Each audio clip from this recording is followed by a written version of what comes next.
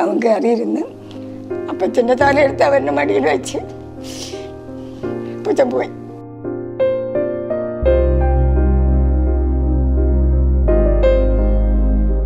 പോയതറിഞ്ഞില്ല. അവൻ്റെ വണ്ടിയിൽ കിടന്ന് അപ്പച്ചൻ പോയത്. കിടന്ന് ഉറങ്ങി വെളുപ്പിനാകുമ്പോ അമ്മച്ചിയുടെ കച്ചിലായിട്ട് അങ്ങ് എണീക്കുന്നത്. അപ്പച്ചൻ മരിച്ചതിന് ശേഷം കേട്ടാ 3 മാസം അമ്മച്ചി വെളുപ്പിനെ എണീച്ചിട്ട് വിതുമ്പുന്ന ഓർമ്മ ആണ് ഏറ്റവും വലിയ ഞങ്ങളുടെ ദുഃഖം.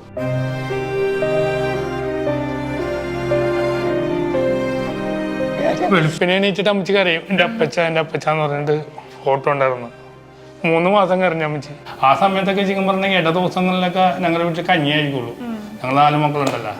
ശരിക്കും നല്ലൊരു കറിയൊക്കെ കൂട്ടി കഴിക്കാനൊക്കെ ആഗ്രഹിച്ചിട്ടുണ്ട്. ഞാൻ ജനിച്ചാണെന്ന് തുടങ്ങി അമ്മച്ചി വീഡിയോ ഇറക്കണ ഞാൻ കണ്ടേക്കണത്. അമ്മച്ചിയുടെ ഈ കൂന് വന്നത് കൂനിക്കൂടി ഇരിക്കണം എന്ന് എല്ലാവരും പറയുമല്ലോ. ചെറിയ കൂന് വന്നിട്ടുണ്ടെങ്കിൽ അമ്മച്ചിക്കൊരു മുറവുണ്ട്. ആ മുറത്തിൽ ഇരുന്നിട്ട് ഞങ്ങളൊന്നും ഉറങ്ങുന്ന സമയത്തൊക്കെ അമ്മച്ചി വീഡിയോ തീർത്തിട്ട് ഉറങ്ങൂല. അമ്മച്ചിയുടെ ആഗ്രഹമൊക്കെ എന്താണെന്ന് അറിയാം. അമ്മച്ചിക്ക് ആകെ 2 ആഗ്രഹമുള്ളൂ. ഞങ്ങൾ രണ്ടുപേരും കല്യാണം കഴിക്കണം. പിന്നെ അമ്മച്ചിയുടെ ആഗ്രഹം മാത്രമല്ല, ഇപ്പം എൻ്റെ കല്യാണം ചെന്നെങ്കിൽ ഈ കാണുന്ന മലയാളികൾക്ക് മുഴുവനും എന്നെ കല്യാണം കഴിപ്പിക്കുന്നുള്ളത്. അമ്മച്ചിനെ കഷ്ടപ്പെടുത്തണം ഞാൻ ആൾക്കാർ പറയണത്. ഒരു 100 കമന്റ് ഉണ്ടെങ്കിൽ 80 കമന്റും ഞാൻ കല്യാണം കഴിക്കണമെന്നുള്ളത്. കല്യാണക്കാരും സോഷ്യൽ മീഡിയയിലൂടെ പറയും. അടുത്ത തന്നെ ചിലപ്പോ അറിയിക്കും ഞാൻ.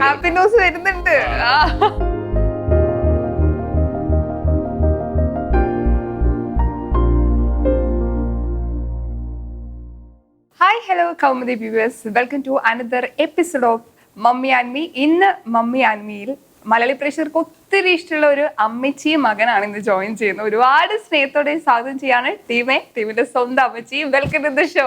നമസ്കാരം.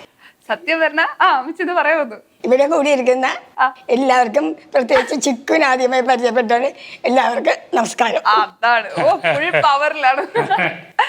സത്യം പറഞ്ഞ ഈ ടീമിന്റെ സ്വന്തം അമ്മച്ചി ഇപ്പൊ പറയണ്ട, ഇപ്പൊ നമ്മുടെ എല്ലാവരുടെ അമ്മച്ചിയാണ്. യൂട്യൂബ് ചാനലിലൂടെ ഇപ്പൊ എല്ലാവരുടെ അമ്മച്ചിയായിട്ട് മാറിയിരിക്കുക. ഇപ്പൊ എനിക്കൊന്ന് ടീമിന് ഇപ്പൊ ഫാൻസ് കുറവാണെന്ന് തോന്നല്ലേ? എനിക്ക് വീട്ടിൽ കുറച്ച് ഫാൻസേ ഉള്ളു, പുറത്തേക്ക് വരുമ്പോ ഒരുപാട് ഫാൻസ് ഉണ്ട്. അതിലൊരു ഫാനായിട്ടുണ്ട് വന്നേക്കണത്. ആദ്യം ചെളി അടിച്ചു തുടങ്ങും, സ്റ്റാർ മാജിക് വന്നേക്കണല്ലേ. അപ്പൊ നമ്മുടെ യൂട്യൂബ് ചാനലിൽ അമ്മച്ചിക്ക് ഒരുപാട് ഫാൻസ് ഉണ്ട്, ഒരുപാട് പേര് കമന്റ് ചെയ്യാറുണ്ട്, നേരിട്ട് കാണുമ്പോൾ ഒരുപാട് പേര് മിണ്ടാറുണ്ട്. എങ്ങനെയുണ്ട് അമ്മച്ചി? ആൾക്കാർ വന്ന് സംസാരിക്കാറുണ്ടോ? ആൾക്കാരൊക്കെ വന്ന് സംസാരിക്കാറുണ്ട്. വന്നിട്ട് പറയാം അമ്മച്ചിയുടെ ഫാൻസാണ്. പിന്നെ ഞങ്ങള് ഒരു ഫോട്ടോ എടുത്തിട്ട് തന്നേക്കും. അപ്പൊ ഒരു പക്ഷേ ഇവരുണ്ടാകല്ല. ഞാൻ പറയും മക്കളാരും ഇല്ലല്ലോ, അതിനെന്താണ് അമ്മച്ചി ഞങ്ങൾ ഫോട്ടോ എടുക്കണില്ല, ഞങ്ങൾ മക്കളല്ലേ എന്ന് നോക്കും. അപ്പൊ അവരോടൊപ്പം നിന്ന് ഫോട്ടോ എടുക്കും. അപ്പൊ നമ്മുടെ വീട്ടിൽ മിഠായി ഉണ്ടെങ്കിൽ ബിസ്ക്കറ്റ് ഉണ്ടെങ്കിലും ഞാൻ അവർക്ക് കൊടുക്കും. കുട്ടികൾക്ക് കൊടുക്കുമ്പോൾ അവർക്കും വലിയ ഇഷ്ടമാണ്. ഈ അമ്മച്ചിയുടെ കൂടെ കൊറോണ സമയത്താണല്ലോ വ്ളോഗിംഗ് പരിപാടി. അതെ, അമ്മച്ചിയുടെ കൂടെ കൊറോണ സമയത്താണ് വ്ളോഗ് ചെയ്യാൻ തുടങ്ങിയത്. ശരിക്കും വീട്ടിലെ വീഡിയോസ് ആണ് അപ്പോഴും ഇപ്പോഴും ഇട്ട് തുടങ്ങിയത്. അപ്പൊ അമ്മച്ചിക്ക് ആദ്യം അറിയാൻ പറ്റായിരുന്നു ഇങ്ങനെ ഇത് ഷൂട്ടിംഗ് ആണോ എന്താണെന്നൊക്കെ. ആദ്യകാലനൊക്കെ ഒരു ആക്ഷൻ കട്ടൊക്കെ ഉണ്ടാവില്ല. അമ്മച്ചിക്ക് അപ്പൊ മുളകൊടിയൊക്കെ ചിലപ്പോ ആക്ഷൻ പറയണ മുമ്പ് ഇട്ടുകളെ എടുത്ത സ്ഥാനം തിരിച്ചെടുക്കാൻ പറ്റൂല. ഇപ്പൊ അമ്മച്ചി എന്നെ കട നന്നായിട്ട് ചെയ്യുന്നുണ്ട്. എങ്ങനെയാണ് ഇതിന്റെ കാര്യങ്ങള്, റെക്കോർഡ് ബട്ടൺ മക്കളെ സൗണ്ട് കേൾക്കുമ്പോഴാണ് പിന്നീട് സംസാരിക്കുള്ളൂ. ഭയങ്കര ടൈമിംഗ് ആണ് അമ്മച്ചിക്ക്. അമ്മച്ചിക്ക് എന്താ പറയാ, ആഴ്ചയിൽ ഞങ്ങള് 1-2 വീഡിയോ ആദ്യം ഇടുള്ളായിരുന്നു. വീഡിയോ ഇടാത്തപ്പോ പള്ളിയിൽ പോകാൻ നേരത്തെ അമ്മച്ചിയെടുത്ത് ചോദിക്കും, ചിന്നേന്ന് വിളിക്കും. എന്താ ചിന്ന, വീഡിയോ ഒന്നും കാണുന്നില്ലല്ലോ. അപ്പൊ ഞാൻ കിടന്ന് ഉറങ്ങണായിരിക്കും. അമ്മച്ചി പള്ളിയിൽ ഡെയിലി പള്ളിയിൽ പോകും. അമ്മച്ചി ആകെ പോകുന്ന സ്ഥലം പള്ളിയാണ്, നടന്നു പോകും അമ്മച്ചി. ഇവിടെ വീട്ടിൽ നിന്ന് 500 മീറ്റർ ഉണ്ട് പള്ളിയിലേക്ക്. അപ്പൊ ഞാൻ കിടന്ന് ഉറങ്ങുമ്പോ വിളിച്ചിട്ട് പറയേ, എടാ ആൾക്കാര് ചോദിക്കണ് വീഡിയോ ഒന്നും ഇടല്ലേ എന്ന്. അപ്പൊ അമ്മച്ചി ഇടാന്ന് പറയും. അമ്മച്ചിക്ക് എന്ന് വെച്ചിട്ടുണ്ടെങ്കിൽ ഈ ആൾക്കാർ ചോദിക്കുന്നതൊക്കെ ഇഷ്ടമാണ് ഇങ്ങനെ. അപ്പൊ പിന്നീട് വെച്ചിട്ടുണ്ടെങ്കിൽ എവിടെ പോയാലും ഞാൻ വേൾഡിൽ എനിക്ക് തോന്നുന്നു ഒരുപാട് രാജ്യങ്ങളിലൊക്കെ പോയി. അവിടെയൊക്കെ പോയിട്ട് മലയാളികൾ ചോദിക്കുന്നത് അമ്മച്ചിനെയാണ്. അമ്മച്ചിനെ കാണണം. അമ്മച്ചിയുടെ ഫാൻസാണ് കൂടുതൽ ആൾക്കാരുള്ളത്. അതെനിക്ക് ഭയങ്കര സന്തോഷമാണ് വെച്ചിട്ടുണ്ടെങ്കിൽ അമ്മച്ചിനെ ഇങ്ങനെ ഒരു വ്ളോഗിലൂടെ ആണെങ്കിലും മറ്റുള്ള ആൾക്കാർ എല്ലാ ദിവസവും ഡെയിലി കാണുന്നതല്ലേ. എല്ലാവരും വീട്ടിലെ സ്വന്തം അമ്മച്ചിനെ പോലെയാണ്, ഞങ്ങളുടെ അമ്മച്ചിയാണെന്നാണ് എല്ലാവരും പറയുന്നത്. ഞാൻ വീട്ടിൽ നിന്ന് ഇറങ്ങാൻ നേരത്തെ എന്നെ കാണാൻ വേണ്ടി, അമ്മച്ചിനെ കാണാൻ വേണ്ടി ഒത്തിരി പേര് ഞങ്ങളുടെ വീട്ടിൽ വരാറുണ്ട്. അപ്പൊ ഞാൻ കുറെ മിഠായി ഒക്കെ മേടിച്ചു വെച്ചിട്ടുണ്ട്. അമ്മച്ചി അവർക്ക് ഗിഫ്റ്റ് ആയിട്ട് മിഠായി കൊടുക്കും. ഭയങ്കര ഇഷ്ടമാണ് വെച്ചിട്ടുണ്ടെങ്കിൽ ഓരോരുത്തരെ കമന്റ് ആയിട്ട് പറയും, എന്റെ വീട്ടില് എന്റെ അമ്മച്ചി ഇങ്ങനെയായിരുന്നു, അല്ലെങ്കിൽ എന്റെ അച്ചാമ്മ ഇങ്ങനെയായിരുന്നു, അല്ലെങ്കിൽ അങ്ങനെ ഓരോരുത്തരുടെ വീട്ടിലെ ഒരു അംഗം അല്ലെങ്കിൽ അവരുടെ വീട്ടിലെ ഒരു പ്രതിനിധിയായിട്ടാണ് അമ്മച്ചിനെ അവർ കാണുന്നത്. നേരിട്ട് കണ്ടിട്ടില്ലെങ്കിലും ആ സ്നേഹം ഭയങ്കര സ്നേഹമാണ്. ഇതിനെപ്പറ്റി എനിക്ക് അതൊരു അറിവില്ല കേട്ടോ, അങ്ങനെ പറയണമെന്നൊക്കെ പറയാം. മനസ്സിലാവും. ഇപ്പൊ 4 മക്കളിലെ ഏറ്റവും ഇളയ കുട്ടിയാണ് ടീം എന്ന് പറയുന്നത്. എനിക്ക് തോന്നുന്നു ഈ നമ്മുടെ സാധാരണക്കാര ഒരു കുടുംബത്തിൽ പറയാറുണ്ട്, ഒരാള് മതി ആ ഒരു കുടുംബത്തെ മാറ്റിമറിക്കാൻ എന്നൊക്കെ പറയാറുണ്ട്.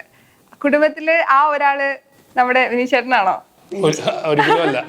കാരണം വെച്ചിട്ടുണ്ടെങ്കിൽ 4 മക്കൾ എന്ന് പറഞ്ഞാൽ 3 ആണും 1 പെണ്ണുമാണ്. അമ്മച്ചിക്ക് എല്ലാവരും ഒരേപോലെയാണ്.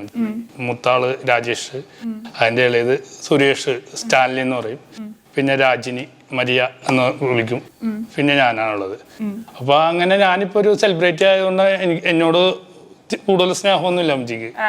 അമ്മച്ചിക്ക് സംബന്ധിച്ചിട്ട് ഞാൻ സെലിബ്രിറ്റി ആണെന്ന് അമ്മച്ചി, ഞാൻ ജോലിക്ക് പോകണമെന്ന് അമ്മച്ചിയുടെ എപ്പോഴും വിചാരം. ഞാൻ ഡെയിലി പണിക്ക് പോയാന്ന് ചോദിക്കുള്ളൂ എൻ്റെ അടുത്ത്. ഈ അഭിനയിക്കാൻ പോയെന്ന് എന്നോട് ചോദിക്കാറേ ഇല്ല.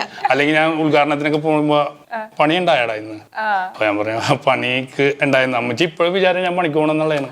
അപ്പൊ അങ്ങനെ ഒരു സെലിബ്രിറ്റി ആയിട്ട് അമ്മച്ചി എന്നെ കണ്ടിട്ടില്ല, ഇത് ഒരു വലിയ ആളായിട്ടോ എന്നെ കണ്ടിട്ടില്ല. എല്ലാവരും ഒരേപോലെയാണ് അമ്മച്ചി. പിന്നെ എനിക്ക് ഏറ്റവും അടുത്ത് പറയാനുള്ളത്, ഞങ്ങളുടെ വീട്ടിൽ ഇപ്പൊ ഞാൻ താമസിക്കുന്നത് എൻ്റെ ബ്രദറിന്റെ വീട്ടിലാണ് താമസിക്കുന്നത്. ആ ബ്രദർ ശരിക്കും പറഞ്ഞിട്ടുണ്ടെങ്കിൽ ഞങ്ങൾ 3 പേരുള്ളത്. ഞങ്ങൾ 2 പേര് കല്യാണം കഴിച്ചിട്ടുള്ളത് വെച്ചിട്ടുണ്ടെങ്കിൽ ഏറ്റവും മൂത്ത ചേട്ടനും ചേച്ചിയാണ് കല്യാണം കഴിച്ചേക്കുന്നത്. അപ്പൊ ഞങ്ങളുടെ കൂടെയുള്ള ബ്രദർ കല്യാണം കഴിച്ചിട്ടില്ല, ഞാനും കല്യാണം കഴിച്ചിട്ടില്ല. അദ്ദേഹമാണ് വീട് വെച്ചേക്കുന്നത്. അപ്പൊ അദ്ദേഹത്തിനെ കുറിച്ച് പറയുകയാണെങ്കിൽ ഭയങ്കര കഴിവുള്ള ആളാണ്. വെച്ചിട്ടുണ്ടെങ്കിൽ ഒരു 5 ലക്ഷം പേരെ എടുത്തു കഴിഞ്ഞാൽ 5 ലക്ഷത്തെ ഒരാൾക്ക് അത്രയും കഴിവുണ്ടാവുള്ളൂ. അദ്ദേഹമാണ് ഇതുപോലെ എന്നെ പോലെ ഫീൽഡിൽ വന്ന് വെച്ചിട്ടുണ്ടെങ്കിൽ ഒരുപാട് ഉയർച്ച അയാൾക്ക് ഉണ്ടായതിനെ. കാരണം വെച്ചിട്ടുണ്ടെങ്കിൽ അദ്ദേഹം ചെയ്യാത്ത കാര്യങ്ങളൊന്നുമില്ല. കരാട്ടയാണ്, ഇത് ഡാൻസറാണ്, ഡ്രോയിങ് അറിയാം. പിന്നെ നമ്മളെയൊക്കെ അങ്ങനെ എന്തെങ്കിലും മെഴുകു പ്രതിമ ചെളിയ എന്തെങ്കിലും ക്ലേ ഒക്കെ വെച്ച് ഉണ്ടാക്കും.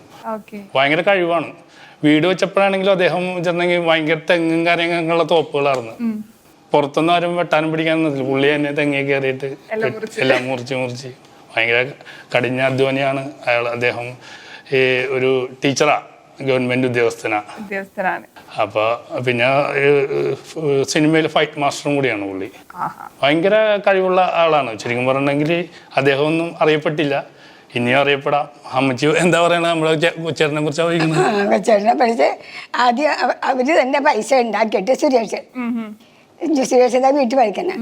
അപ്പൊ ഞാൻ കാണിച്ചു കൊടുത്ത മാതൃക ഏതാണ്, പൈസ തന്നെത്താരം ഉണ്ടാക്കിയിട്ടും ഭവനം വെക്കണം. അങ്ങനെയാണ് ഞാനും വെച്ചത്. ഇന്ന് വരെ ഒരു പൈസ ആരോടും കടം മേടിച്ചിട്ട് വായ്പ എടുത്തിട്ടില്ല, ലോൺ എടുത്തിട്ടില്ല.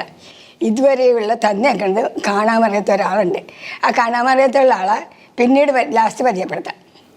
ലാസ്റ്റ് സർപ്രൈസ് ആണ് അത്. വിനിഷേട്ടന് പല ഇന്റർവ്യൂല് പറഞ്ഞിട്ടുണ്ട്, ഇപ്പൊ ആദ്യത്തെ വണ്ടി വാങ്ങിയപ്പോഴും കാറ് വാങ്ങിയപ്പോഴൊക്കെ ഈ കടകളൊന്നും ഉണ്ടാക്കാണ്ട് സ്വന്തം കയ്യില് കാശ് വെച്ചത് ഞങ്ങളെ പഠിപ്പിച്ചേക്കുന്നത്. ഈ ശരിക്കും അമ്മച്ചിയുടെ ഒക്കെ പാസ്റ്റ് പഴയ കാലം അറിയാൻ വേണ്ടിയായിരിക്കും ആൾക്കാർക്ക് സത്യം വെച്ചിട്ടുണ്ടെങ്കിൽ. ഈ അമ്മച്ചിനെ കുറിച്ച് പറയുകയാണെങ്കിൽ പണ്ട് ഓലപ്പരയുടെ കാലം ഉണ്ടല്ലോ, ഓലപ്പരയുടെ കാലത്ത് എനിക്ക് ഓർമ്മയുണ്ട്, ഞാൻ ഓലപ്പരയിൽ ജനിച്ചോളുന്നതാ. അമ്മച്ചിയും ഓലപ്പരയിലാണ് ജനിച്ചോളുന്നത്. ചാണകം മെഴുകിയ ഫ്ലോറും കാര്യങ്ങളൊക്കെ ആ കാലം കണ്ട അമ്മച്ചിയാണ്. ആ കാലം കണ്ടിട്ട് അമ്മച്ചി പിന്നെ ഈ നമ്മുടെ ഈ സിമെന്റിന്റെ തറ കണ്ട്, പിന്നെ ഇത് കണ്ട് ഷീറ്റ്, പിന്നെ ഇത് നടന്നു വെച്ചിട്ടുണ്ടെങ്കിൽ ഓട് മേഞ്ഞ വീടുകൾ അത് ഞങ്ങൾ ഉണ്ടാക്കി. പിന്നെ വാർക്ക വീടുകൾ. അതിൽ നിന്ന് മാറ്റം പറഞ്ഞാൽ ആദ്യം കറണ്ട് ഇല്ലായിരുന്നു, വിളക്കായിരുന്നു ആദ്യം. പിന്നീട് ബൾബ് വന്നതൊക്കെ അത് ഞങ്ങളുടെ വീട്ടിലേക്ക് കറണ്ടൊക്കെ എടുത്തത് ഇപ്പോഴും എൻ്റെ മനസ്സിൽ ഇപ്പോഴും ഉണ്ട്. കറണ്ട് എടുത്ത വയറിങ് മാത്രമേ ചെയ്തുള്ളൂ. 3 വർഷം കഴിഞ്ഞിട്ടാണ് ഇലക്ട്രിക് പൈസ ഇല്ലായിരുന്നു കറണ്ടിന്റെ കണക്ഷൻ കിട്ടിയത്. ആദ്യമായിട്ട് ബൾബ് ഇട്ടപ്പോഴുള്ള സന്തോഷം അമ്മച്ചിക്ക് ഭയങ്കര സന്തോഷം. അമ്മച്ചിയുടെ ഒരു സ്വഭാവമുണ്ട്, എല്ലാ റൂമിലും കയറി ഓഫ് ചെയ്ത് കളയും. പണ്ടെന്ന് വെച്ചിട്ടുണ്ടെങ്കിലേ കറണ്ട് കാശ് ഭയങ്കര കാശാണെന്നുള്ള ഒരു വിചാരം. ലൈറ്റ് ഓഫ് ചെയ്ത് ഹെൽപ്പ് ചെയ്യാനൊക്കെ ആര് വന്ന വിരുന്നുകാർ വന്നാലല്ലേ അവർ പറഞ്ഞാൽ ഞാൻ നോക്കില്ല, ഞാൻ എന്നിട്ട് ഓഫാക്കും. അപ്പൊ ആന്റി ലൈറ്റ് ഓഫാക്കല്ലോ. കല്യാണം കഴിഞ്ഞ് രാജേഷിന്റെ, അപ്പൊ അവര് ഞാനാ കാര്യങ്ങൾ നോക്കിയല്ല. മൂത്തമോന്റെ കല്യാണം കഴിഞ്ഞ അവിടെ ചെന്നിട്ടില്ലേ മാർഗത്ത് എന്നിട്ട് ലൈറ്റ് ഓഫാക്കും. അത് മണവാട്ടി എല്ലാരും വന്നേക്കണം. അന്നത്തെ ദിവസം പോയിട്ട് ലൈറ്റ് അവര് ഇപ്പുറത്തേക്ക് പോരാൻ പോകുമ്പോ ലൈറ്റ് ഓഫ് ആയിക്കും. അന്ന് ഇതൊരു ദോഷമാണെന്ന് എനിക്കറിയാൻ പാടില്ല. പിന്നെ ഒരു ദിവസം ഷീജ മരുമകളാണ് എന്നെ പിടിച്ച്, അമ്മച്ചി ഞങ്ങൾ പറഞ്ഞമ്മ എന്തിനാണ് അമ്മച്ചി ലൈറ്റ് ഓഫ് ആക്കണത്? അപ്പം എൻ്റെ ഉദ്ദേശം എന്താണ്, മക്കളുണ്ടാക്കണ്ടേ 35 അതിൻ്റെ ഉദ്ദേശമാണ്. അപ്പം നമ്മളെപ്പോഴും ദാരിദ്ര്യത്തിൽ നിന്ന് മുന്നേറിയതാണ്. അപ്പം മക്കൾക്ക് ഒരു കടം വരുത്തിക്കരുത്. ഇന്ന് വരെ ദൈവത്തിൻ്റെ അനുഗ്രഹം കൊണ്ട് ഒന്നും കടം മേടിക്കാതെ ഇത് പറഞ്ഞല്ല കേട്ടാ നടന്നു പോയിട്ടുണ്ട്. അപ്പം രാജേഷ് എൻ്റെ മകൻ 8ാം ക്ലാസ്സിൽ പഠിച്ചിരിക്കുമ്പോൾ ജോലിക്ക് പോയി, മരപ്പണിക്ക് പോകുമ്പോഴത്തേക്കും 10 രൂപ എന്ന് കിട്ടും. 5 രൂപ വണ്ടിക്കാശ് പോകും, ബാക്കി 5 രൂപ സൂക്ഷിക്കും. എന്തിനാ എൻ്റെ കൈ കൊണ്ട് തരും. അപ്പം രാജേഷിൻ്റെ ഞാൻ പറയാം, ഈ 5 രൂപ നീ സൂക്ഷിച്ചോ, എന്ന് പണി സ്കൂൾ തുറക്കണം ആ സമയത്ത് നമുക്ക് എടുക്കാമെന്ന് പറഞ്ഞിട്ട് അവനൊരു പുസ്തകത്തിൽ ഈ 5 രൂപ കൊണ്ട് വെച്ച് 450 രൂപയായി. അവൻ ആ കൊല്ലം ജോലിക്ക് പോയതാണ്. ആ കാശ് കൂട്ടി വെച്ചിട്ട് അമ്മച്ച് ഞാൻ ജോലിക്ക് പോയിട്ട് 450 രൂപ ഉണ്ട്. അപ്പോൾ ഓരോരുത്തർ ഐറ്റത്തിൽ വരുന്ന പൈസ പണിക്കാശ് ഞാൻ എടുക്കില്ല. അപ്പച്ച പണി എടുത്തുകൊണ്ട് വന്ന കാശ് കൊണ്ട് ചിലവ് കഴിയും. അപ്പച്ച അപ്പോൾ ഈ 450 രൂപ ട്യൂഷൻ ക്ലാസ്സിൽ പോകാൻ നേരത്ത് ഈ കാശ് കൊണ്ട് അവിടെ കെട്ടും. അപ്പം നമുക്ക് പിന്നെ ആ കൊല്ലം ട്യൂഷൻ്റെ കാശ് നോക്കണ്ട. അത് അമ്മച്ചി പറഞ്ഞു വെച്ചിട്ടുണ്ടെങ്കിൽ ഈ 8ാം ക്ലാസ് വെച്ച് വലിയ സ്കൂൾ ഉണ്ടാവുമല്ലോ, ആ വലിയ സ്കൂളിന് ഈ ചേട്ടൻ പണിക്ക് പോകാറുണ്ട്. ആ ഒരു 2 മാസം ഞങ്ങളും 8ാം ക്ലാസ് വെച്ച് ഞങ്ങൾ എല്ലാവരും പണിക്ക് പോകുന്നത്. ആ കിട്ടുന്ന പൈസ കൊണ്ടാണ് പിന്നീട് നമ്മൾ പുസ്തകങ്ങൾ മേടിക്കുന്നതും നമുക്ക് ബാഗും കുടയും അല്ലെങ്കിൽ ട്യൂഷന് പോകണത് 10ാം ക്ലാസ്സിലാവുമ്പോൾ മാത്രമാണ്. അപ്പോൾ അതിനുള്ള പൈസയൊക്കെ ഞങ്ങൾ തന്നെയാണ് പണിയെടുത്ത് ഉണ്ടാക്കുന്നത്. അമ്മച്ചിനെ കുറിച്ച് പറയുകയാണെങ്കിൽ അമ്മച്ചിക്ക് കൈത്തോല് വീഡിയോ തീർപ്പായിരുന്നു. അമ്മച്ചിക്ക് വീഡിയോ തീർപ്പ് ഞാൻ ജനിച്ച കാലം തുടങ്ങി അമ്മച്ചി വീഡിയോ ഇറക്കണ ഞാൻ കണ്ടേക്കണത്. അമ്മച്ചിയുടെ ഈ കൂന് വന്നത് കൂനിക്കൂടി ഇരിക്കണം എന്ന് എല്ലാവരും പറയുമല്ലോ. ചെറിയ കൂന് വന്നിട്ടുണ്ടെങ്കിൽ അമ്മച്ചിക്കൊരു മുറവുണ്ട്. ആ മുറത്തിൽ നിന്നിട്ട് ഞങ്ങളൊന്നും ഉറങ്ങുന്ന സമയത്തൊക്കെ അമ്മച്ചി വീഡിയോ തീർത്തിട്ട് ഉറങ്ങൂല. വീഡിയോ ഇങ്ങനെ തീർത്തുകൊണ്ടിരിക്കും. രാവിലെ ആകുമ്പോൾ ഇത്ര കെട്ട് വീഡിയോ ഉണ്ടാകുമ്പോൾ ഞങ്ങൾ തന്നെ കൊണ്ട് കൊടുക്കുന്നത് വീഡിയോ. ഞാൻ 8ാം ക്ലാസ് തുടങ്ങി വീഡിയോ, എല്ലാവരും 8ാം ക്ലാസ് തുടങ്ങി വീഡിയോ കൊടുക്കാൻ വേണ്ടി പോവാറ്. ഞങ്ങളൊക്കെ 10 കിലോമീറ്ററൊക്കെ നടന്ന് വീഡിയോ വിട്ടിട്ടുണ്ട്. വീഡിയോ കൊടുത്തിട്ട് ഇപ്പോൾ 10 കിലോമീറ്റർ വിട്ടിട്ട് പിന്നെ ഇലയും ചുക്കൊക്കെ മേടിക്കാൻ പറ്റുന്നത് പിന്നെ 1 കിലോമീറ്റർ 9 കിലോമീറ്റർ നേരെ റിട്ടേൺ പറ്റും. ആ ഒരു കാലഘട്ടമൊക്കെ വെച്ചിട്ടുണ്ടെങ്കിൽ അമ്മച്ചി വീഡിയോ എടുത്തുണ്ടാക്കിയ പറമ്പാണ് ഞങ്ങൾക്ക്. ഒരു 10-12 സെന്റ് സ്ഥലമാണ് അമ്മച്ചിക്ക് ഇഷ്ടമല്ല. അമ്മച്ചി സ്വന്തമായിട്ട് വീഡിയോ എടുത്തിട്ട് പറമ്പ് മേടിച്ചിട്ട് അതിലൊരു ഷെഡ് വെച്ച് അപ്പച്ചനാണ് ഉണ്ടാകാറ്. അപ്പച്ചൻ മരിച്ചു പോയത് ആൾക്കാർക്ക് അറിയാൻ വേണ്ടി. അപ്പച്ചൻ മത്സ്യത്തൊഴിലാളിയായിരുന്നു, സ്വർണ്ണപ്പണിക്കാരനായിരുന്നു, വൈദ്യനായിരുന്നു. അപ്പൊ അപ്പച്ചന് ഭയങ്കര ആരോഗ്യമുള്ള ആളായിരുന്നു. ആരോഗ്യമാണ് ഞങ്ങൾക്ക് എല്ലാവർക്കും കിട്ടിയേക്കുന്നത്. അപ്പച്ചനന്ന് ശരിക്കും പറഞ്ഞിട്ടുണ്ടെങ്കിൽ ജോലിക്ക് പോകണമെങ്കിലും മത്സ്യബന്ധനത്തിനൊക്കെ പോകുമ്പോൾ അധികം പൈസ കിട്ടൂല, സ്ഥലമൊക്കെ മേടിക്കാനുള്ള പൈസ ഒന്നും കിട്ടൂലായിരുന്നു. ശരിക്കും അമ്മച്ചിയാണ് പണിയെടുത്ത് സ്വന്തമായിട്ട് ആ ഒരു സ്ഥലം വാങ്ങി. എനിക്ക് അന്നത്തെ കാലത്ത് ഈ പറയുന്ന ഒരു സ്ഥലം വാങ്ങാന്ന് പറയണത് കാലത്ത് കാശ് ഉണ്ടാക്കാനും ബുദ്ധിമുട്ട്. സ്ഥലം ഇന്നത്തെ ആ സ്ഥലത്തിന് ഇന്നിപ്പോ 10-15 ലക്ഷമുണ്ട് വില. അപ്പൊ എന്താ ചെയ്യുന്നത്, അപ്പച്ച ജോലി എടുത്ത് കൊണ്ടുവന്ന കാശ് കൊണ്ട് ചെലവ് എടുത്തും. ഞാൻ ജോലി എടുക്കുന്ന കാശ് ഒന്നും എടുക്കില്ല. അപ്പച്ചനെ അന്വേഷിക്കുന്നില്ല. എന്റെ ഭർത്താവാണോട്ട് അപ്പച്ചൻ. അതെ, അപ്പച്ചനെയാണ്, അതെ, ഹസ്ബൻഡിനാണ് അപ്പച്ചൻ എന്ന് വിളിക്കണം. ഞാനേ നിങ്ങൾക്ക് ഒരു ഫോട്ടോ കാണിച്ചു തരാം. ഈ ഫോട്ടോ കാണുമ്പോൾ കാര്യം ഒന്ന് പറയാം. നിങ്ങൾ രണ്ടുപേരുള്ള ഒരു ഫോട്ടോയാണ്. ഇതാണ് ഞങ്ങൾ കഥ പറഞ്ഞ വീട്. അലമാരി കത്തിയതും അതൊക്കെ ഇവിടെയാണ്. TV കാണാൻ വന്നതും എല്ലാവരും TV കാണാൻ വരുന്നതും എല്ലാ ആ വീട് കാണുമ്പോൾ ഏറ്റവും കൂടുതൽ വർഷം ഞങ്ങള് ജീവിച്ച ഓർമ്മകൾ വരും.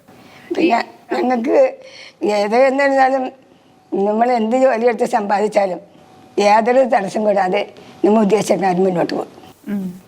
അത് ഞങ്ങൾക്ക് ഒരു കാവക്കാരുണ്ടായി. ഈ വീടിന്റെ പ്രത്യേകത വെച്ചിട്ടുണ്ടെങ്കിൽ മഴക്കാലം വരാൻ നേരത്ത് ഞങ്ങൾക്ക് ഉറങ്ങാൻ പറ്റൂല. കാരണം വെച്ചിട്ടുണ്ടെങ്കിൽ വെള്ളം നിൽക്കും. ഞങ്ങളൊക്കെ വെള്ളപ്പൊക്കം 2018 നിങ്ങളൊക്കെ കണ്ടത്. ഞങ്ങളൊക്കെ ജീവിതകാലം മുഴുവനും വെള്ളപ്പൊക്കമായിരുന്നു ഞങ്ങളുടെ നാട്ടിൽ. ഞങ്ങളുടെ വീടെന്ന് പറഞ്ഞെങ്കിൽ കട്ടിലിൻ്റെ കാലുവരെയും വെള്ളം കയറുമായിരുന്നു. കാലുവരെയും വെള്ളം കയറും. ആ സമയത്ത് താഴ്ന്ന പ്രദേശമായിരുന്നു. വീട് വെച്ചതും തറയൊക്കെ താന്നിരിക്കുന്നത്. വെള്ളം ഇങ്ങനെ വരും. മീനൊക്കെ ശരിക്കും വീടിൻ്റെ ഉള്ളിൽ കൂടിയൊക്കെ നടക്കും. കറുവപ്പും ബ്രാലും അങ്ങനെയുള്ള കാര്യങ്ങൾ. മഴക്കാലം എന്ന് പറഞ്ഞെങ്കിൽ ഏറ്റവും ദുരന്തം ഉള്ള ഒരു കാലഘട്ടമായിരുന്നു. അതുകൊണ്ടാണ് ഞാൻ പണ്ട് ഇന്റർവ്യൂവിൽ പറയണത്, ഞാനൊരു വീഡിയോ ഒക്കെ ആണെങ്കിൽ അമ്മച്ചിനെ ചെളി ചവിട്ടാതെ കേട്ടു. പക്ഷെ അത് എൻ്റെ മറ്റേ ചേട്ടനാണ് ചെയ്തത്. അവന് കല്യാണക്കാരൻ 27 വയസ്സ് തൊട്ട് പറ്റിയാണ്. അന്ന് അവന് ശമ്പളം കുറവായിരുന്നു. മഠത്തിൽ തന്നെയാണ്, ഏകദേശം 500 രൂപകളിൽ. അപ്പം രാജേഷിൻ്റെ കല്യാണത്തിൻ്റെ അന്ന് അവർക്കൊരു കൂട്ടത്തിൽ തന്നെ പറഞ്ഞു ഞങ്ങൾക്കൊരു ഇവിടെ നിന്ന് ബന്ധു പിടിക്കണം തന്നെ. പാപ്പച്ച എന്നെ വിളിച്ച് പറഞ്ഞു. അപ്പം ഞാൻ പിന്നെ സുരേഷോട് പറഞ്ഞു. പാപ്പച്ച സുരേഷ് പറഞ്ഞു എനിക്കിപ്പോൾ ഒരു പെണ്ണിനെ പോറ്റാനുള്ള കഴിവില്ല. അപ്പോൾ ഈ വീട് പറ്റിയല്ല, നമുക്കൊരു വീടും വെച്ചിട്ട് കല്യാണക്കാരും നോക്കാമെന്ന് പറഞ്ഞു. അപ്പോൾ ഈ ശമ്പളം കൊണ്ട് കൂടുതൽ ശമ്പളമില്ല, ഇതിനും കൂടി കൂട്ടിയെടുക്കണം മാത്രമേ ഉള്ളൂ. ഇപ്പം വീട് വെച്ചപ്പോൾ പറഞ്ഞു 3 വർഷം 4ാമത്തെ വർഷം കല്യാണക്കാരും നോക്കാൻ പറഞ്ഞു. നമുക്ക് നല്ല ആഗ്രഹം ഉണ്ട് കേട്ടോ. അമ്മച്ചിക്ക് അറിയാം അമ്മച്ചിയുടെ ആഗ്രഹമൊക്കെ എന്താണെന്ന് അറിയാം. അമ്മച്ചിക്ക് ആകെ 2 ആഗ്രഹമുള്ളൂ, ഞങ്ങൾ രണ്ടുപേരും കല്യാണം കഴിക്കണം. പിന്നെ അമ്മച്ചിയുടെ ആഗ്രഹം മാത്രമല്ല, ഇപ്പൊ എൻ്റെ കല്യാണം ചെന്നെങ്കിൽ ഈ കാണുന്ന മലയാളികൾക്ക് മുഴുവനും എന്നെ കല്യാണം കഴിപ്പിക്കും എന്നുള്ളത്. അമ്മച്ചിനെ കഷ്ടപ്പെടുത്തണം ഞാൻ ആൾക്കാർ പറയണത്. ഒരു 100 കമന്റ് ഉണ്ടെങ്കിൽ 80 കമന്റും ഞാൻ കല്യാണം കഴിക്കണമെന്നുള്ളത്. നിനക്കൊരു കല്യാണം കഴിച്ചൂടെ, അമ്മച്ചിനെ എന്താ ഞാൻ കഷ്ടപ്പെടുത്തണത്? ശരിക്കും അമ്മച്ചിക്ക് ഒരു കഷ്ടപ്പാടല്ല ഈ ഭക്ഷണം വെക്കണം എന്ന് വെച്ചിട്ടുണ്ടെങ്കിൽ. ഞാൻ മനസ്സിലാക്കി അമ്മച്ചി എന്നോട് പറയും, ഞാനൊന്നും ജോലി എടുക്കാതെ വെച്ചിട്ടുണ്ടെങ്കിൽ ഞാനിപ്പോൾ കിടന്നു പോയാനെന്ന്. ഞാനല്ല കേട്ടോ അമ്മച്ചി. അമ്മച്ചി ഇങ്ങനെ പണിയൊക്കെ എടുക്കണോണ്ടാണ് ഇപ്പോഴും നല്ല പുലി പോലെ നടക്കുന്നത്. ഒരു കാര്യമുണ്ട്, നമ്മളെ ഏൽപ്പിച്ചൊക്കെ ജോലി ചെയ്യാൻ 2 മക്കളെ. അത് നമുക്ക് ആവതുള്ള കാലം വരെ നമ്മൾ പൂർത്തീകരിക്കണം. ദൈവം വിളിക്കുന്നവരെ ഇവർക്കൊരു ജീവിത പങ്കാളി കിട്ടുന്നവരെ നമ്മൾ ആ കാര്യം ഏറ്റെടുക്കണം. ടീവിന് എനിക്ക് ഇങ്ങനത്തെ ഒരു പെൺകുട്ടി വേണം അങ്ങനെ ആഗ്രഹം ഉണ്ടോ? അങ്ങനെയൊന്നുമില്ല. ഞാൻ കല്യാണക്കാരും സോഷ്യൽ മീഡിയയിലൂടെ പറയാം, അടുത്ത തന്നെ ചിലപ്പോ അറിയിക്കും. ഞാൻ ഹാപ്പി ന്യൂസ് വരുന്നുണ്ട്. അത് ശരി, അതാണ് അമ്മച്ചി ഭയങ്കര ഹാപ്പി ആയിട്ട് ഇങ്ങനെ ഇരിക്കുന്നുണ്ട്. അതല്ല, ഈ അമ്മച്ചിയെ കുറിച്ച് പറയണെങ്കിലേ, അമ്മച്ചി ഈ ഞങ്ങൾക്ക് വേണ്ടി ഇരിക്കണമെന്ന് ഞാൻ പറഞ്ഞല്ല. ഇപ്പോഴത്തെ അമ്മച്ചിയുടെ ജീവിതം വെച്ചിട്ടുണ്ടെങ്കിൽ അമ്മച്ചിക്ക് ഞാൻ ഒരിക്കലും വിചാരിച്ചില്ല. ഞാനൊക്കെ TV കാണുന്ന സമയത്തൊക്കെ നമ്മൾ മറ്റുള്ള ആൾക്കാരുടെ ഇന്റർവ്യൂവും കാര്യങ്ങളൊക്കെ കണ്ടേക്കുന്നത്. ഞാൻ പഠിച്ചു നടക്കുന്ന സമയത്ത് മോഹൻലാലും മമ്മൂക്കയുടെയും മറ്റുള്ള ആൾക്കാരുടെയൊക്കെ സിനിമ കണ്ടാണ് വളർന്നത്. പിന്നീട് ഞാനൊരു TV കാണിച്ചപ്പോൾ ഞാൻ അവരുടെ കൂടെയൊക്കെ വിജയ് സാറിൻ്റെ കൂടെയൊക്കെ അഭിനയിച്ച കാര്യം ഞാൻ മേടിച്ച TV-യിൽ അമ്മച്ചി കണ്ടു. പിന്നീട് യൂട്യൂബ് ചാനലിലൂടെ അമ്മച്ചിനെ വേൾഡ് മുഴുവനും കാണാൻ തുടങ്ങി. ശരിക്കും അമ്മച്ചി ഇതൊക്കെ പറയുമ്പോൾ അമ്മച്ചിക്ക് ഇപ്പോഴും എന്താണെന്ന് അറിയാൻ പാടില്ല. അമ്മച്ചിക്ക് എന്താണെന്ന് അമ്മച്ചി ഞങ്ങൾക്ക് സ്മാർട്ട് TV ഉണ്ട്, വലിയ സോണി TV ഒക്കെ ഞാൻ മേടിച്ച്. അമ്മച്ചി സ്വന്തമായിട്ട് TV വെക്കും. അമ്മച്ചി യൂട്യൂബ് വെക്കുമ്പോൾ പരസ്യം വരുമല്ലോ ഞങ്ങളുടെ ചാനലിൽ. എൻ്റെ പ്രോഗ്രാമിൻ്റെ ഇടയിൽ പരസ്യം വരുമ്പോൾ അമ്മച്ചിക്ക് ഭയങ്കര സന്തോഷം, കൈയടിക്കും. അമ്മച്ചി പരസ്യം പറഞ്ഞത് അമ്മച്ചിക്ക് ഏറ്റവും ഇഷ്ടം. എത്ര പരസ്യം വന്നെന്ന് ചോദിക്കും എൻ്റെ അടുത്ത്. ഈ ചാനലിൽ നമ്മളൊക്കെ സ്കിപ്പ് ചെയ്തല്ലേ കളയുള്ളൂ പരസ്യം നമ്മളുടെ പരിപാടി എടുക്കുമ്പോൾ. അമ്മച്ചി പരസ്യം കാണുന്നുണ്ട്, എന്നോടൊന്നും പറയടാ ഇന്ന് 3 പരസ്യം ഉണ്ടായിരുന്നു. പരസ്യം വരുമ്പോൾ ഒരുപാട് പൈസ കിട്ടുമെന്നാണ് അമ്മച്ചിയുടെ വിചാരം. ഇതൊക്കെ ആരാ പറഞ്ഞത്? പരസ്യം വരുമ്പോ പൈസ കിട്ടുന്നൊക്കെ ആരാ? ടീമാണോ പറഞ്ഞത്? മോനാണ് എല്ലാ കാര്യം പറഞ്ഞില്ല. ഞാൻ വീഡിയോ പിടിച്ചാലേ നമുക്കൊരു തുച്ഛമായ വരുമാനം തരുവേ. അപ്പൊ പരസ്യം പൈസ കൂടുതൽ കിട്ടും. ഞാൻ ഈ കാണുന്ന ആളെയല്ല ശരിക്കും പറഞ്ഞെങ്കിൽ.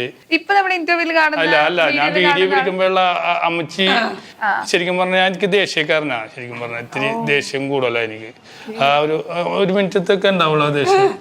വീഡിയോ പിടിക്കുമ്പോ നമ്മ കറിവേക്കണവരങ്ങനെ ഇട്ടുവോ, അപ്പൊ ദേഷ്യം കയറുമ്പോ ഭയങ്കരമായിട്ട് ദേഷ്യപ്പെടുന്നല്ല. അമ്മച്ചിക്ക് എത്ര പറഞ്ഞാലും ചില സമയത്ത് മനസ്സിലാവൂല. അമ്മച്ചി വഴക്കിട്ടു, ഈ സ്വഭാവം മാറും, ഇവന്റെ സ്വഭാവം മാറും. അമ്മച്ചി വഴക്കിട്ട് പോയിട്ട് അമ്മച്ചി അവിടെ പോയിട്ട് TV കണ്ടോ അല്ലെങ്കിൽ അവിടെ ഇരിക്കും. പിന്നെ നമുക്ക് ഷോട്ട് എടുക്കാൻ അമ്മച്ചി വന്നാലേ പറ്റുള്ളൂ.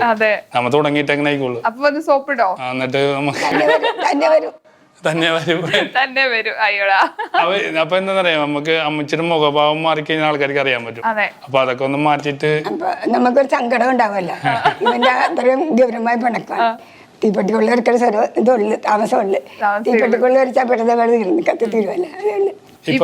ഇപ്പൊ ശരിക്കും പറഞ്ഞെങ്കിൽ നമ്മൾ പുറത്തേക്ക് ഇറങ്ങുമ്പോഴേ, ഞാന് എൻ്റെ ഒരു ലൈഫ് എന്ന് പറഞ്ഞിട്ടുണ്ടെങ്കിൽ ആദ്യകാലങ്ങളിൽ എല്ലാവർക്കും ഒരേ ഇന്റർവ്യൂലൊക്കെ പറഞ്ഞു 10ാം ക്ലാസ് കഴിഞ്ഞിട്ട് ബോഡി ബിൽഡിങ്ങിന് പോയി. അത് കഴിഞ്ഞിട്ട് അതിന്റെ കൂടെ തന്നെ സിനിമയിൽ അഭിനയിക്കാൻ വേണ്ടി പോയി. ഗുണ്ടയായിട്ട് 100-100ഓളം പടങ്ങൾ ചെയ്ത് എല്ലാ സ്റ്റാറുകളുടെ കൂടെ ആ സമയത്ത് ലാലേട്ടൻ, മമ്മൂക്ക അടക്കം, ദിലീപേട്ടൻ അടക്കം എല്ലാവരും ഇടി മേടിച്ചിട്ടുണ്ട്. എല്ലാവർക്കും അറിയാം വിജയ് സാറിന് ഇടി കൊണ്ടപ്പോൾ എൻ്റെ ലൈഫ് ഷോട്ടതും. അന്ന് പണി എടുക്കുന്ന സ്ഥലത്ത് വന്നിട്ട് ഇന്റർവ്യൂ, എല്ലാ ചാനലിലും ഇന്റർവ്യൂ ചെയ്തു. അന്ന് നിർത്തിയ പണിയാണ് ഞാൻ ടൈലിൻ്റെ എൻ്റെ പണി. ആ സമയത്ത് വിജയ് സാറിൻ്റെ ഒരു ബ്രാൻഡിലാണ് ഞാൻ കുറേ നാള് ജീവിച്ചത്. എനിക്കൊരു ഉദ്ഘാടനം കിട്ടിയത്. ആദ്യം വിജയ് ഫാൻസാണ് എന്നെ സപ്പോർട്ട് ചെയ്തത്. പിന്നീട് നമുക്ക് എന്തെങ്കിലും ജീവിക്കണമെങ്കിൽ സിനിമയുടെ ബ്രാൻഡ് വേണം ഒന്നെങ്കിൽ, അല്ലെങ്കിൽ നമുക്ക് ഉദ്ഘാടനത്തിനോ അല്ലെങ്കിൽ ബ്രാൻഡിങ് ചെയ്യപ്പെടുന്ന പറയും. പിന്നീട് എനിക്ക് കിട്ടിയത് സ്റ്റാർ മാജിക്കിന്റെ ബ്രാൻഡാണ്. സ്റ്റാർ മാജിക്കിന്റെ ബ്രാൻഡിൽ ഞാനൊരു 3.5 വർഷം. അങ്ങനെ ഒരു കാരണം വേണം ഒരാളെ വിളിക്കണമെങ്കിൽ. അങ്ങനെ സോഷ്യൽ മീഡിയയും അങ്ങനെയുള്ള അങ്ങനെയാണ് ഞാൻ സ്വന്തമായിട്ട് ബ്രാൻഡ് ചെയ്ത് ജീവിക്കുന്ന ആളാണ്. അങ്ങനെ എൻ്റെ ലൈഫ്, ആ ലൈഫിൽ അമ്മച്ചിയും എൻ്റെ ലൈഫിൽ ഏറ്റവും കൂടുതൽ സപ്പോർട്ട് ചെയ്തിട്ടുണ്ട്. അമ്മമാരുടെ സപ്പോർട്ടാണ് നമുക്ക് ഏറ്റവും കൂടുതൽ വേണ്ടത്, വീട്ടുകാരുടെ സപ്പോർട്ട്. അതേസമയം നിങ്ങളുടെ ഒരുപാട് കാര്യങ്ങൾ പറയുമ്പോൾ തന്നെ ഇപ്പൊ പഴയ നിങ്ങൾക്ക് ഭയങ്കര വിഷമമായിട്ടുള്ള കാര്യങ്ങൾ നിങ്ങളുടെ ലൈഫിൽ നടന്നിട്ടുണ്ടാവും. കാരണം പറയുമ്പോൾ എപ്പോഴും പണ്ടത്തെ കാലം കണക്ട് ചെയ്തിട്ടാണ് ടീം സംസാരിക്കുമ്പോൾ എപ്പോഴും പഴയ കാലങ്ങൾ അത് മറന്നിട്ടില്ല. ഇനി എത്ര നല്ല ലൈഫെങ്കിലും കടന്നു വന്ന വഴികൾ എപ്പോഴും ഓർത്തിരിക്കണം. നിങ്ങൾക്ക് ഏറ്റവും വിഷമമായിട്ടുള്ള അങ്ങനെ എന്തെങ്കിലും ഒരു മൊമെന്റ് ഉണ്ടോ കുട്ടിക്കാലത്ത്, അല്ലെങ്കിൽ ഓർമ്മയിൽ അങ്ങനെ ഒരു ഓർമ്മ പറയുകയാണെങ്കിൽ? ഏറ്റവും വിഷമമായ അപ്പച്ചൻ മരിച്ചതാ. അമ്മച്ചി അപ്പച്ചൻ ടി വി വന്ന് ടി വി അല്ല ഇവര് കേടെല്ലാവർക്കും വന്നൊരു കേടെന്തല്ലേ ഏതാ ഇപ്പൊ എല്ലായിടത്തും പ്രചാരമാണത്. എന്ത് കേടാണ് മറന്നുപോയി. അമ്മച്ചി അപ്പച്ചിനെ അത്ര ഇഷ്ടമായിരുന്നു അമ്മച്ചിക്ക്. ഞങ്ങളെക്കാളും കൂടുതൽ അറ്റാച്ച്മെന്റ് അമ്മച്ചിക്കായിരുന്നു. പുള്ളേന്ന് വിളിക്കണത്. അപ്പച്ചന് ക്യാൻസർ വന്നാ മരിച്ചത്. അപ്പച്ചൻ അറിഞ്ഞില്ല, ടി വി അസുഖം ചുമയാണ്. അതുകൊണ്ട് അമ്മച്ചിയാണ് കിടപ്പായി പോയി. അപ്പച്ചൻ കുറെ ആള് അമ്മച്ചിയാണ് നോക്കിയത്. രോഗിനെ നോക്കണം എന്ന് പറഞ്ഞെങ്കിൽ ഭയങ്കര പണിയാ. അപ്പച്ചൻ മരിച്ചെന്ന് പറഞ്ഞ ശേഷം ഏറ്റവും കൂടുതൽ വിഷമിച്ചത് അമ്മച്ചിയാ. ഇവനെ അല്ല പറഞ്ഞോട്ടെ അമ്മച്ചി, അമ്മച്ചിക്ക് പറയാൻ പറ്റൂലത്. അമ്മച്ചി അപ്പച്ചൻ പാടില്ലാതെ കിടക്കുന്നതാണ്. അപ്പച്ചൻ അന്ന് കാലത്ത് ബിസ്ക്കറ്റും ചായയൊക്കെ പിടിച്ച് എന്നിട്ട് വെൽപ്പടി എഴുതിയിട്ട് ഞാൻ പറഞ്ഞു കൊടുത്ത പ്രാർത്ഥനയൊക്കെ അപ്പച്ചൻ ചൊല്ലി എഴുന്നേറ്റിരുന്ന് അന്ന് ഷേവേതും മുഖമൊക്കെ പഠിച്ച് മരിച്ചെന്ന് മുണ്ട് ഷർട്ടൊക്കെ പുതിയത് എടുത്ത്. അപ്പം ഞാൻ പറഞ്ഞു അപ്പച്ചൻ ഇന്നലെ കൊടുത്താലും ഇന്നലെ ഷേവ് ചെയ്തതല്ലേ. അപ്പോൾ രണ്ടാമത്തെ മണി അപ്പച്ചൻ ഷേവൊക്കെ ചെയ്ത് വെച്ച്.